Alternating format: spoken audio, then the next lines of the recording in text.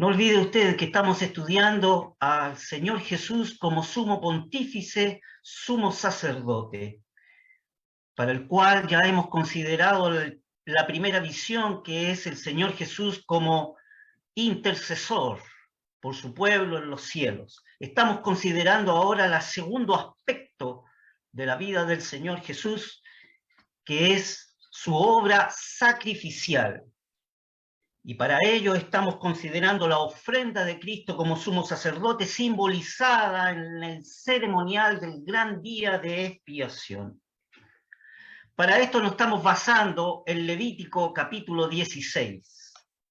Deberíamos leer el texto en forma, el capítulo en forma completa, pero tan solo nos referiremos al texto 15, que reza así.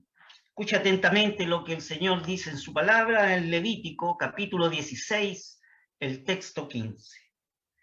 Después degollará en expiación el macho cabrío que era del pueblo, y meterá la sangre de él del velo adentro, y hará de su sangre como lo hizo de la sangre del becerro, y esparcirá sobre la cubierta y delante de él de la cubierta. Muchas gracias.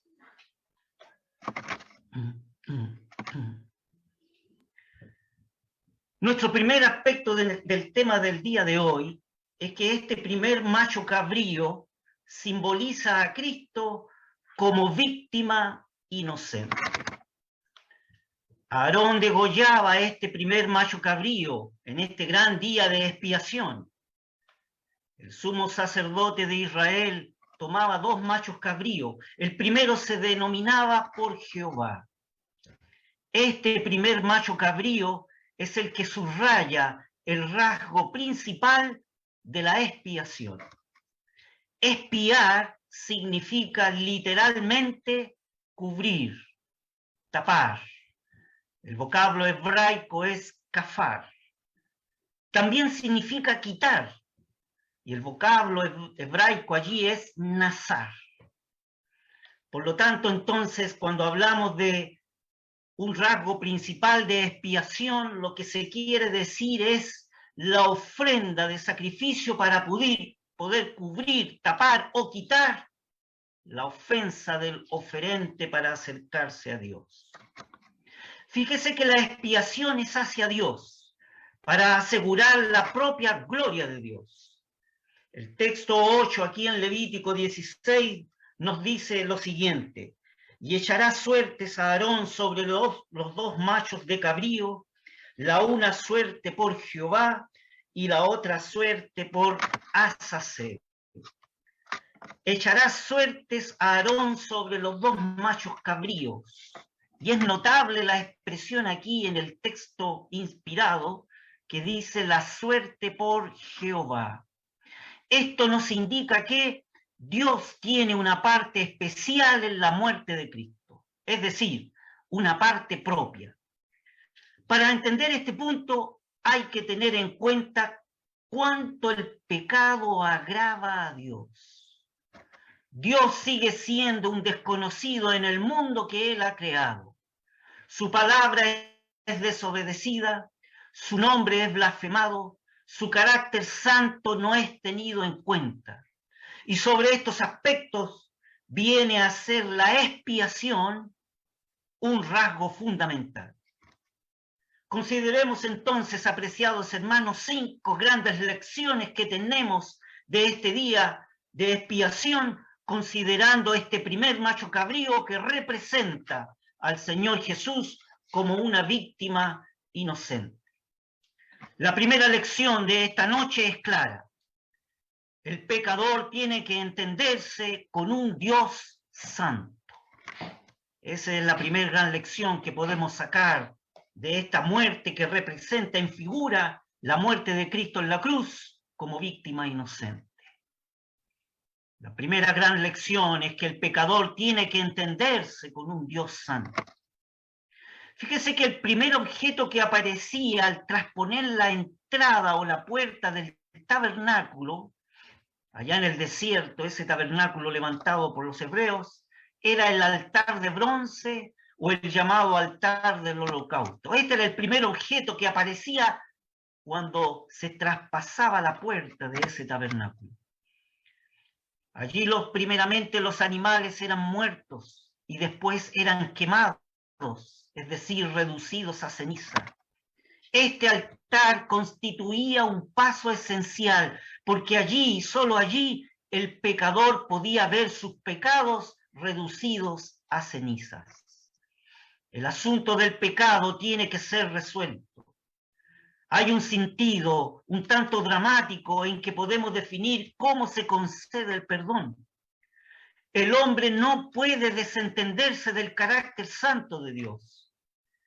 Y el ceremonial del día de expiación subraya que solo podía acercarse y merece seguir viviendo aquel que respete la santidad de Dios. Dado que el hombre caído no puede honrar al Creador, Dios nos estaba enseñando, y Dios estaba enseñando a través o mediante el ceremonial cómo su santidad tiene que ser honrada. Toda la congregación israelita estaba a la expectativa, deseando que el sumo sacerdote saliera del lugar santísimo, lugar de la morada de Dios, porque el israelita piadoso sabía el riesgo que corría si alguno se acercaba a Dios por un medio no indicado por Dios. Ahora podemos acercarnos a Dios, pero podemos acercarnos como lo que somos, como pecadores. Esto indica que el hombre no puede desentenderse de su relación con Dios. Ser pecador señala indirectamente cuál es nuestra relación con Dios. Ser pecador señala que esta relación con el Creador no existe, porque a causa del pecado nuestro vínculo con Dios es en realidad una relación quebrantada.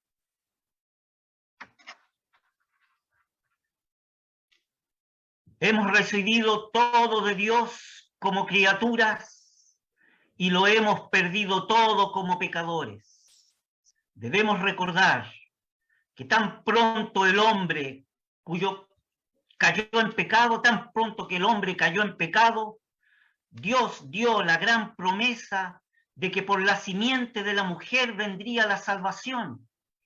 Entre tanto, sin embargo, entra en escena la noción del sacrificio.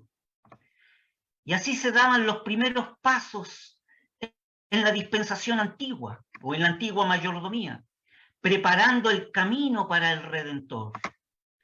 La raza humana, según la Escritura, no hace nada que no esté influido por el pecado. Esto significa que el hombre es gobernado por un egoísmo exagerado. Ser pecador significa tener el ego entronizado en el corazón. El pecado del hombre constituyó un agravio. Aunque los hombres consideran el pecado como cosa trivial, la Escritura señala y subraya que es un desafío a la majestad de Dios. Y por lo tanto es un agravio infinito. Esto es lo que da origen a la separación entre el hombre y Dios. Esto es lo que da origen al juicio de Dios. Y es por esta razón que el ceremonial del día de la expiación, el día de Yom Kippur, tenía como elemento central la muerte de una víctima. La muerte del primer macho cabrío allí en este ceremonial del día de expiación o el día del perdón, Yom Kippur, subraya que en el juicio divino sobre el pecado siempre está presente el carácter santo de Dios. Hay otras muchas cosas que aprender allí en Levítico capítulo 16, pero revelar la santidad de Dios, revelar el carácter de Dios, es el objeto más elevado del día de la expiación. Tenemos una segunda lección que considerar en esta noche, y no es menos importante. De la muerte del primer macho cabrío aprendemos Primero, la realidad del juicio de Dios sobre el pecado. Y segundo, aprendemos que para acercarnos a Dios necesitamos tener un sentido claro de lo que es la justicia de este juicio. Aquí se subraya la realidad del juicio de Dios sobre el pecado. Tenemos que preguntarnos entonces, ¿creemos en el juicio divino? ¿Creemos en un Dios que actúa como nuestro juez? Pareciera que la mayoría de los hombres del día de hoy no creen esto. Si se les habla acerca de Dios como Padre, como amigo, como un ayudador, si se les habla que Dios es uno que nos ama a pesar de nuestras debilidades y de nuestros pecados, se les ilumina el rostro. Pero si les hablamos de que Dios es un juez, fruncen el ceño y sacuden la cabeza. Sin embargo, la Escritura recalca enfáticamente la realidad de que Dios es juez. La realidad del juicio divino aparece en todo el relato de las Escrituras, página tras página. La justicia es la consonancia moral de Dios consigo mismo. No podría haber consonancia moral en un Dios que contemporizara con el pecado. Pero esa consonancia moral o justicia de Dios puede redimir al hombre. Siempre que esto sea un hecho de manera tal que el pecado del hombre sea juzgado como tal, es decir, como pecado. En la cruz de Cristo, Dios ha juzgado toda maldad en conformidad con la justicia. La condenación del pecado en la cruz es un acto de gracia. Manifiesta la justicia de Dios y hace posible que Dios conceda justicia a aquellos que aceptan el juicio contra sus pecados. Muchos hombres temen hablar de Dios o rehúsan incluso hablar de la eternidad que Dios provee. Sin embargo, el Evangelio, el mensaje más glorioso y más lleno de vida que el hombre pueda oír, habla de un Dios que quiere librarlo del juicio que vendrá. La cruz es la obra de Dios, es el hecho decisivo de reconciliación, preparado muy antemano por Dios. El problema del pecado era un problema de Dios. Dios desea perdonar y perdonar plenamente, pero desea perdonar operando sobre principios de justicia. Cuando contemplamos la obra propiciatoria de Cristo, vemos que la justicia de Dios está ligada a su amor redentor. Los intereses de la justicia nunca son descuidados por Dios mientras lleva a cabo su propósito redentor. Podríamos detenernos aquí un momento sobre este concepto bíblico fundamental acerca de la justicia de Dios en el Evangelio. Se puede decir que el concepto de la justicia de Dios puede significar alguna de estas tres cosas. Primero, como un atributo del carácter de Dios, esto indica lo justo que Dios es. Segundo, aquella justicia que es aceptable delante de Él, porque satisface las demandas de sus preceptos o de su ley. Tercero, la justicia del Evangelio. Esta es la justicia que está escrita en Romanos 3, el texto 24 y 25, que reza así: siendo justificados gratuitamente por su gracia, por la redención que es en Cristo Jesús, al cual Dios ha propuesto en propiciación, es decir, es una ofrenda dada, por la fe en su sangre, para manifestación de su justicia, atento a haber pasado por alto en su paciencia los pecados pasados. Esto indica la justicia que Dios provee. Esta es una justicia que viene de Dios, desde Dios. Esta es la maravilla del Evangelio. Romanos 3:21 nos dice, mas ahora sin ley la justicia de Dios se ha manifestado. Es decir, pero ahora, aparte de la ley, se ha manifestado la justicia de Dios. Este es el ahora, después de la cruz. Ahora, en este momento estratégico de la historia. Ahora, en la plenitud de los tiempos. Ahora, una justicia que viene de Dios ha sido revelada. ¿Por qué se expresa que se ha manifestado la justicia de Dios? Podríamos preguntarnos. Hay 3 puntos para responder esta pregunta. Primero, Cristo exhibió públicamente la justicia divina porque Dios no perdonó a su Hijo cuando el pecado fue puesto sobre él. Como la víctima ofrecida en la cruz, Cristo muestra la justicia de Dios satisfecha. Cuando la ira de Dios visita la impiedad del hombre, el juicio se torna inevitable. La cruz es la expresión de este juicio, y esto es tremendo. La justicia se manifiesta porque en Cristo crucificado esa justicia ejerce todo su poder condenatorio.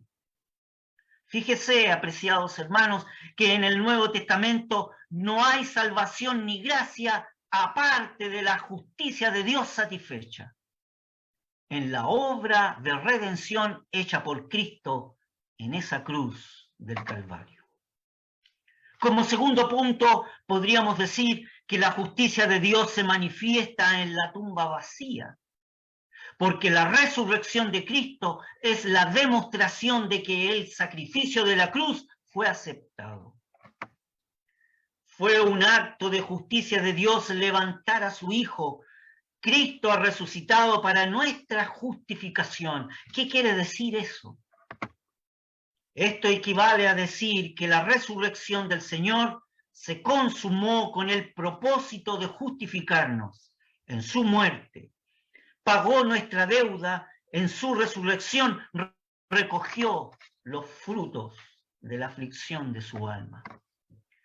Cristo murió como nuestro representante.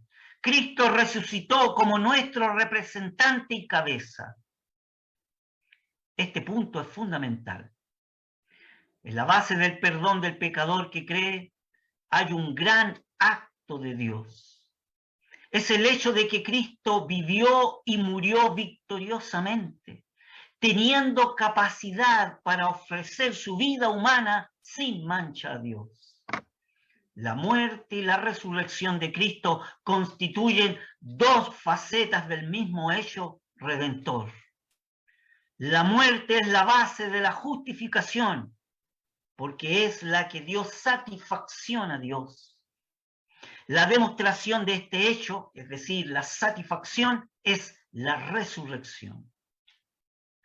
Pero déjeme decirle que como cabeza de la humanidad, Cristo asumió la responsabilidad como el representante de los pecadores. Como cabeza de los hombres redimidos, Él no se levantó solo, sino como cabeza, se levantó como cabeza de la iglesia. Esta es la doctrina bíblica de la justificación por la fe, desarrollada ampliamente en los capítulos 4 y 5 de Romanos. La justificación consiste en una declaración de que la justicia de Dios está totalmente satisfecha. En la cruz, Cristo ha hecho una plena satisfacción infinitamente meritoria por nuestros pecados. Y por tanto podemos ir a Dios con la seguridad de ser aceptados en su Hijo amado. Dios declara justo al impío que cree, porque computa en favor del que cree el mérito infinito de la obra de Cristo en esa cruz del Calvario. Esto es lo que ha logrado para todos los hombres la expiación. El perdón de Cristo no se concede ignorando la justicia divina, ni violentándola, ni trabajando contra ella, todo lo contrario. Dios puede sentarse en su trono de gracia porque ese trono está fundado sobre la justicia divina. La Escritura declara ahora sobre el fundamento eterno establecido en la cruz que la gracia reina por medio de la justicia. Hay un tercer punto. La justicia de Dios confiere a los que creen en Cristo la misma aceptación que Cristo tiene delante de Dios. Este punto es fundamental. Voy a volver a repetirlo porque es muy importante. Escúchelo bien usted atentamente, apreciado hermano. El tercer punto de la contestación de nuestra pregunta es que la justicia de Dios confiere a los que creen en Cristo la misma aceptación que Cristo tiene delante de Dios. Somos justificados en Cristo después de que Él ha cargado con nuestros pecados y después de que Él se ha levantado de entre los muertos. La justicia del creyente no es el carácter santificado del creyente. Voy a volver a subrayar ese punto. La justicia que tiene el creyente no es su vida santificada, no es el carácter santo que él pueda tener, sino que la justicia del creyente es Cristo mismo. El mensaje del Evangelio proclama que el pecador creyente está vestido de Cristo, está cubierto eternamente con la justicia de Dios. La cruz es un hecho eterno que Dios reconoce. El creyente pecador que cree es salvo no solo por la misericordia de Dios, sino también por la justicia de Dios. La salvación se fundamenta sobre el hecho de que se ha pagado un alto precio y la justicia ha sido mantenida. Hay una tercera lección de las 5 lecciones que tendremos de esta noche, del hecho de que la muerte de ese primer macho cabrío allí en ese día de Yom Kippur, en esa celebración del día de perdón, esa ofrenda del macho cabrío está simbolizada en el ceremonial, en ese ceremonial representa a Cristo como víctima inocente. Tenemos nuestra tercera lección que dice así: el primer macho cabrío moría porque quedaba identificado con el pecado del pueblo. Y asimismo, Cristo muere, la muerte del pecador, identificado con el hombre en la responsabilidad del hombre por el pecado. Voy a repetir este punto porque es fundamental. Aquel primer macho cabrío en el ceremonial del día del perdón de los hebreos, ese macho cabrío moría porque quedaba identificado con el pecado del pueblo. Asimismo, de igual manera y en forma equivalente, la muerte de Cristo es la muerte propia del pecador, porque Cristo se ha identificado con el hombre en la responsabilidad del hombre por su pecado. El primer macho cabrío quedaba identificado con el oferente, con el que lo ofrecía, y llevaba su indignidad el macho cabrío y la culpa de ese oferente. Esta noción de identificación del inocente con el culpable es fundamental en la Sagrada Escritura y aparece prefigurada en el ceremonial del sacrificio por el pecado, allí en Levítico capítulo 4.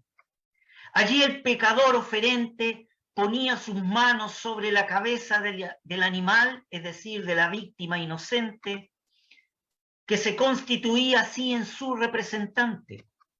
Y así identificado con el culpable, aquel animal moría en sustitución, es decir, en reemplazo del hombre pecaminoso.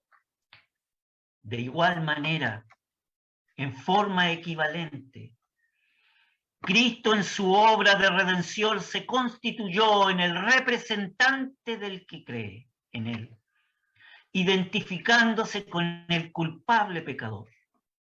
Cristo se ha identificado con el hombre en la responsabilidad del hombre por el pecado. Él realmente tomó nuestro lugar allí, en la cruz. Él fue tratado como nosotros deberíamos haber sido tratados. Pero lo que realmente sufrió, apenas podemos vislumbrarlo. Solo una persona divina, solo un ser infinito, solo un ser divino e infinito ha podido soportar el juicio de Dios y volver a vivir. Dios tiene todos sus atributos de manera gloriosa y la obra expiatoria del Calvario revela al Dios Santo. Y sin duda es la obra de la cruz a la que debemos las ideas más sublimes sobre el carácter de Dios. Y podríamos preguntarnos por qué. Porque la muerte de Cristo revela que la última realidad en Dios está más allá de la ruina del hombre y más allá del pecado del hombre. Fíjese que en el lenguaje de la Escritura Dios carga con el pecado, recibe al pecador y lo regenera. Qué elección más grande, qué reacción más importante, qué consuelo es para nuestro corazón. Dios carga con el pecado, recibe al pecador y lo regenera. Tenemos una cuarta lección, y es la idea de sustitución. La aceptación de la responsabilidad del pecador significó la absorción por el mismo Dios de las consecuencias de la enfermedad fatal, es decir, del pecado. Hemos visto que este primer macho cabrío es representativo del sacrificio de Cristo en la cruz. Y ahora veremos algo más de su significado. La sustitución de uno por otro es una idea fundamental. Fíjese que en 2 Corintios 5:21 dice así: al que no conoció pecado, hizo pecado por nosotros, para que nosotros fuésemos hechos justicia de Dios en él. En este capítulo, el gran apóstol habla de la reconciliación con Dios. Esa palabra reconciliación es una de las grandes palabras del Evangelio. Y allí la proclamación de estas buenas nuevas va acompañada por la declaración acerca del fundamento de lo que es la reconciliación. Fíjese que Juan Calvino ha subrayado en un pasaje famoso que él escribió que una vez que el hombre ha sido traído bajo convicción de pecado hacia Dios, el único lugar de seguridad de él se encuentra en la misericordia de Dios, como aparece manifestada en la obra de Cristo. Cierro cremillas. Como todos los seres humanos, somos a la vista de Dios pecadores perdidos. Pero encontramos en Cristo la justificación, puesto que mediante su obediencia Él ha barrido nuestras transgresiones, mediante su sacrificio ha pacificado la ira de Dios, mediante su sangre ha limpiado nuestras manchas. Mediante la cruz llevó nuestra maldición y mediante su muerte hizo la satisfacción infinita por nosotros. Por este camino, el hombre es reconciliado en Cristo con Dios el Padre. Y así Cristo es descrito allí en la segunda carta a los Corintios, en el capítulo 5, 21, como no teniendo pecado.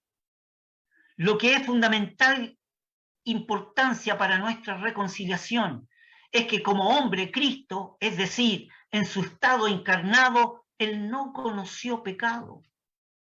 Pero enseguida la Escritura subraya y agrega, hizo pecado por nosotros.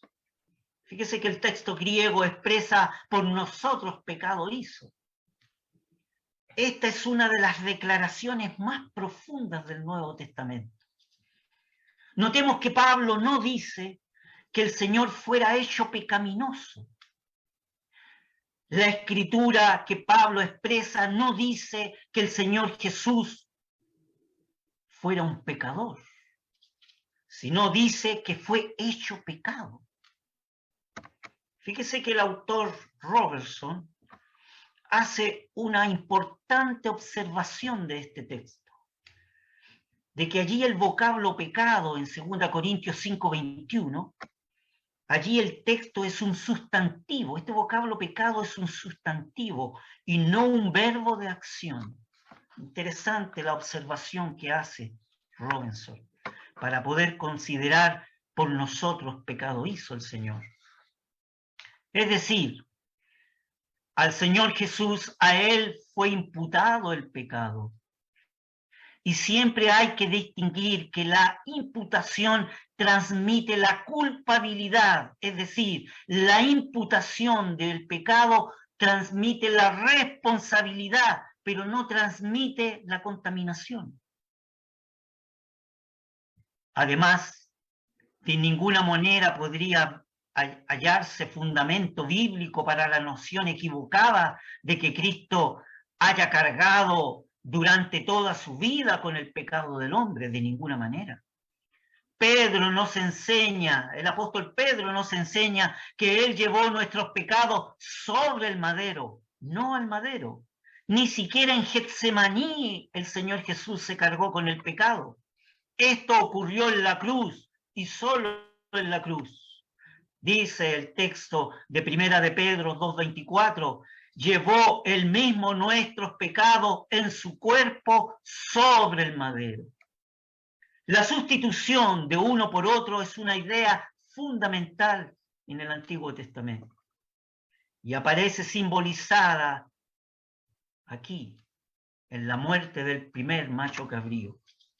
Esta es la doctrina de la sustitución, es decir, el reemplazo de uno por otro, es decir, uno que ocupa el lugar de otro. En otras palabras, el hecho de que el Señor Jesús murió en la cruz significa que murió Él por usted. El hecho que el Señor Jesús muriera en la cruz, su muerte fue una sustitución, es decir, Él murió en lugar mío. El texto en griego expresa la idea más claramente. Reza así el texto en griego de 2 Corintios 5:21. A aquel que no conoció pecado, lo hizo pecado a causa de nosotros, para que nosotros fuésemos hechos justicia de Dios en él. Así reza el texto en el original.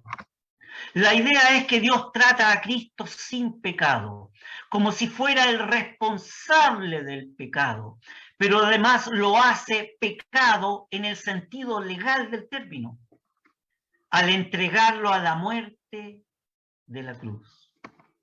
La idea se completa cuando aprendemos que los que son de Cristo vienen a ser justicia de Dios en él. Por tanto, lo que el apóstol enseña es que la obra de la cruz es un juicio de Dios sobre el pecado. Esto equivale a decir que en el Calvario Dios ha enjuiciado el pecado y lo ha condenado.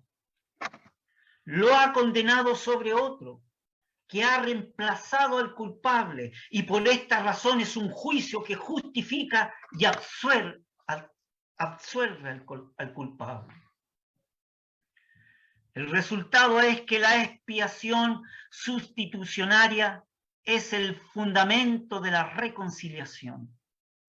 La cruz es el lugar en que Dios, en pura gracia, trata con el misterio del pecado, en una manera digna de su santidad y de una manera digna de su justicia. La idea central de sustitución es la remoción de la culpabilidad que se origina en el pecado. El sacrificio es la provisión mediante la cual esta culpabilidad es quitada. Es el sufrimiento sustitutivo de la penalidad y la transferencia de esta culpabilidad desde el oferente a la víctima sacrificada. Tiene como propósito no solamente el de justificar, sino también tiene el propósito de colocar al hombre en plena comunión con Dios. La inmensidad del amor de Dios debe ser aquí destacada, porque la Escritura revela que Cristo murió por nosotros cuando aún éramos pecadores. La atención de nuestras almas es dirigida así hacia la obra de Dios en Cristo, hacia lo que Dios ha hecho cuando aún estábamos en nuestra condición pecaminosa y cuando estábamos, por lo tanto, alejados y alienados de Él. Siempre debe quedar claro en nuestras mentes que Cristo murió no como un extraño, sino en plena armonía con el propósito eterno que tenía el Padre en su corazón. Que Él murió en nuestro lugar es el hecho central de la expiación, es decir, que Cristo haya muerto en nuestro lugar es el hecho central para Él expiar, quitar, cubrir, borrar nuestra culpa. El Señor murió en lugar del hombre culpable. Asumió su obligación legal para que el culpable no sufriera la muerte eterna. Voluntariamente Él obedeció y sufrió nuestro lugar al unísono con la voluntad del Padre. En el sufrimiento santo Dios fue glorificado, la ley de Dios fue magnificada, la maldición quitada, la salvación eterna asegurada. Hemos llegado, apreciados hermanos, a nuestra última lección de esta noche, la quinta lección, y reza así. Fíjese que al matar ese macho cabrío, tenía que ser quemado en el altar con un fuego de ese altar. Esta es la quinta lección de esta noche, de esta muerte del primer macho cabrío que representa a Cristo como víctima inocente. Es que el fuego que consumía ese primer macho cabrío es una figura de la profundidad de los sufrimientos de Cristo, hecho maldición por nosotros. Un aspecto fundamental de lo que revela la Escritura. El fuego que consumía este primer macho cabrío es una figura de la profundidad de los sufrimientos que Cristo tuvo en esa cruz del Calvario, en el cual fue hecho maldición por causa de nosotros. La lección está relacionada con el lugar donde se quemaban las víctimas y con la forma con que se quemaban las víctimas. Estas eran diferentes, según se tratara el sacrificio por el pecado o según se tratara de los sacrificios por holocausto, que eran sacrificios de olor grato o de olor fragante a Dios. Veamos primero según el lugar de los sacrificios.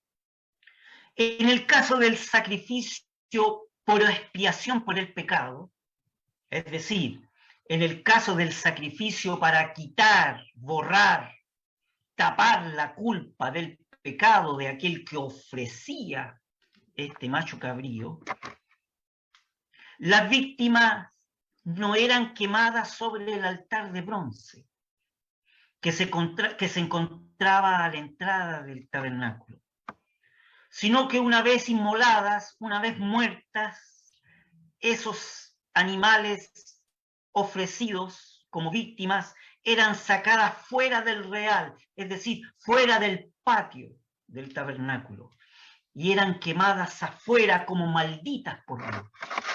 Ese es el primer aspecto del lugar del sacrificio. En cambio, cuando el sacrificio o la ofrenda del oferente era de holocausto, o sea, un sacrificio de ofrenda de olor grato y fragante a Dios, este animal era quemado completamente en ese altar de bronce que estaba a la entrada del tabernáculo. En este caso, el fuego del altar se alimentaba de una víctima que era agradable a Dios. Ese es el primer caso que nos habla acerca del lugar. Veamos ahora, analicemos la forma. Según la forma de los sacrificios, en primer lugar, es decir, para aquel sacrificio por el pecado, aquel animal que se mataba a la puerta del tabernáculo y no era quemado en el altar de bronce, sino era quemado en el lugar de las cenizas, afuera del real, afuera del patio, era quemado como maldito por Dios.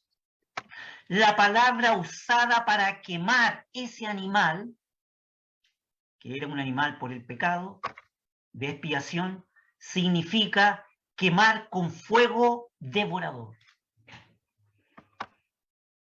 Qué interesante. Ese quemar de ese animal que era maldito por Dios y llevaba el pecado, en hebraico es quemar con fuego devorador. Esto está en Levíticos 4, el texto 12, para que usted lo investigue después. En cambio, en el caso del sacrificio de olor grato o fragante a Dios, el sacrificio por holocausto, en el cual el animal, la víctima, era quemada completamente en el altar de bronce a la entrada del tabernáculo, el vocablo que se utiliza para quemar ese animal significa en hebraico quemar como un incienso. Es decir, quemar con un fuego que produce un grato olor. Es decir, quemar como quemar incienso. Esto está en Levítico capítulo 1, el texto 9, para que usted lo investigue. Estas distinciones de esta palabra quemar nos permiten entender que hay dos aspectos de la muerte de Cristo que deben ser apreciados cuidadosamente. Primero, representativamente Cristo fue hecho pecado, fue hecho maldición por nosotros. El sacrificio de expiación llevado por Él para poder quitar, borrar o tapar nuestra culpa. Es una figura que muestra a Cristo llevando la culpa del culpable y muriendo una muerte en lugar del culpable. Por lo tanto, esa muerte, el fuego con que quemaba el macho cabrío fuera del real, era el fuego que se quemaba con la noción de fuego devorador, nos revela de que el sufrimiento de Cristo en la cruz para quitar, expiar el pecado, fue un sufrimiento profundo, tremendo, porque cargó la ira de Dios y el pecado del hombre en él. Y el vocablo en hebraico en el Antiguo Testamento revela que ese macho cabrío que moría fuera del real era quemado con fuego devorador. Pero además la muerte de Cristo tiene un segundo aspecto. Según la forma del sacrificio. La segunda consideración es que Cristo llevó la maldición para que nosotros recibiésemos la bendición. El juicio de Dios ha sido desencadenado sobre nuestra impiedad, pero ha caído sobre Cristo. Jesucristo toma nuestra condición de pecadores ante Dios para que nosotros recibamos la justicia de Él por medio de la fe. Y hay una tercera consideración aún más. Surge del ritual mismo. Surge del ritual mismo. Perdón, hay un punto que me salté. Personalmente Cristo era santo, ofrecido sin mancha a Dios, y su ofrenda subió al cielo como subía el incienso, como un sacrificio agradable a Dios. Allí está el segundo aspecto de aquel sacrificio que se hacía, que era el sacrificio del holocausto. Solo la reverente atención debemos acercarnos, solo con reverente atención debemos acercarnos a la Sagrada Escritura para poder entender esta expresión terrible que Jesucristo fue hecho maldición. Y la primera consideración es que fue hecho maldición por nosotros. El inocente ha tomado el lugar del culpable, en nombre del culpable y por el bien del culpable. Y la segunda consideración es que Cristo llevó la maldición para que nosotros recibiéramos la bendición. El juicio de Dios ha sido desencadenado sobre nuestra impiedad, pero ha caído sobre Cristo. Jesucristo toma nuestra condición de pecadores ante Dios para que nosotros recibamos la justicia de Él por medio de la fe. Y aquí hay una tercera consideración. Surge del hecho del ritual mismo de antaño, allá en Levítico 16. El animal que moría, el primer macho cabrío que moría en expiación, se sacaba fuera del campamento. Aquel becerro, el macho cabrío inmolados por el pecado, cuya sangre había sido llevada al santuario para hacer la expiación. Y se quemaba en el fuego su piel, su carne y su estiércol. En todo esto se subraya la profundidad del sacrificio de Cristo. El mismo Señor declara en Juan: yo pongo mi vida. Al poner la vida, para Cristo no consistió solamente en ofrecer su cuerpo como sacrificio a la muerte, sino que fue un sacrificio al juicio santo y radical de Dios contra el pecado. Notemos que en la cruz Cristo no pierde la vida, en la cruz Cristo da su vida. El hecho de que el cuerpo del primer macho cabrío fuera quemado fuera del campamento, fuera del real, muestra a Cristo en el lugar de la maldición por nosotros. Las tinieblas que rodearon la cruz fueron un pálido reflejo de la tremenda realidad de su abandono, cuando fue hecho maldición y él expresó: Elí, Elí, lama sabactani, Dios mío, ¿por qué me has abandonado? Pero no permaneció maldito después de la muerte. La ira de Dios cayó sobre él al llevar él nuestros pecados en la cruz. No era la ira contra la persona de Cristo, pero era la cólera santa de Dios contra el pecado, que en ese momento de la cruz él estaba llevando. Nadie puede sondear cuánto el Señor ha padecido allí. Aunque él no conoció pecado, el pecado no fue de él por comisión. El pecado sí fue de él por identificación. Como sustituto, Cristo llevó nuestra maldición. Él llevó nuestra maldición de manera que no pese más sobre nosotros. No podemos captar toda su plenitud cuando el Padre ha mirado con agrado la ofrenda del cuerpo de Cristo, porque al mismo tiempo el sacrificio de Cristo es una ofrenda grata al Padre. Es decir, por un lado, el macho cabrío representa esa muerte expiatoria fuera del real, maldito por Dios. Pero por otro lado, la muerte de Cristo representa un sacrificio agradable a Dios, un sacrificio en holocausto que agrada a Dios. Por un lado, Dios cargó en él el pecado de todos nosotros, pero por otro lado, Dios se agradó de la ofrenda de su Hijo amado. Fíjese que en el texto de la epístola a los Efesios, del capítulo 5, lo expresa y dice así. Capítulo 5 de Efesios, el texto 2. Andad en amor, como también Cristo nos amó y se entregó a sí mismo por nosotros, ofrenda y sacrificio a Dios en olor suave. ¿Qué significa este texto? Nos exhorta a andar en el amor con que Cristo nos amó. Y nos amó a lo sumo de tal manera que Él entregó su vida. En el primer aspecto, muriendo maldito por Dios por causa nuestra, por causa de nuestro pecado, por mi pecado y por su pecado.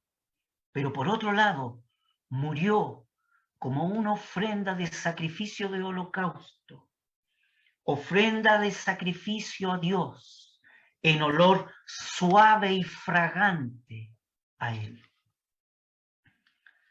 ¿Y esto es por qué?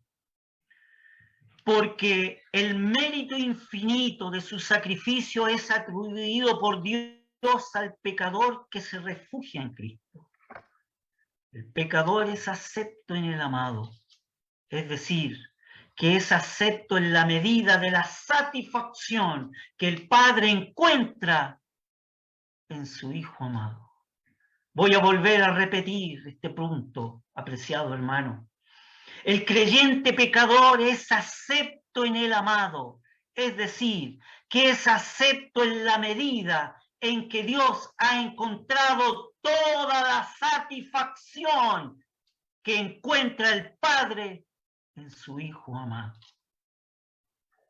Y así como leíamos en el texto al comienzo de nuestro culto devocional de hoy, de nuestro culto solemne, esto es para indicarnos que el propósito que Dios nos ha salvado es para que nuestras vidas sean para alabanza de la gloria de su gracia, como dice Efesios 1:6, con la cual nos hizo aceptos en este amado. Que el Señor bendiga su palabra, apreciados hermanos, y seguiremos considerando este estudio con la ayuda del Señor el próximo miércoles. Muchas gracias.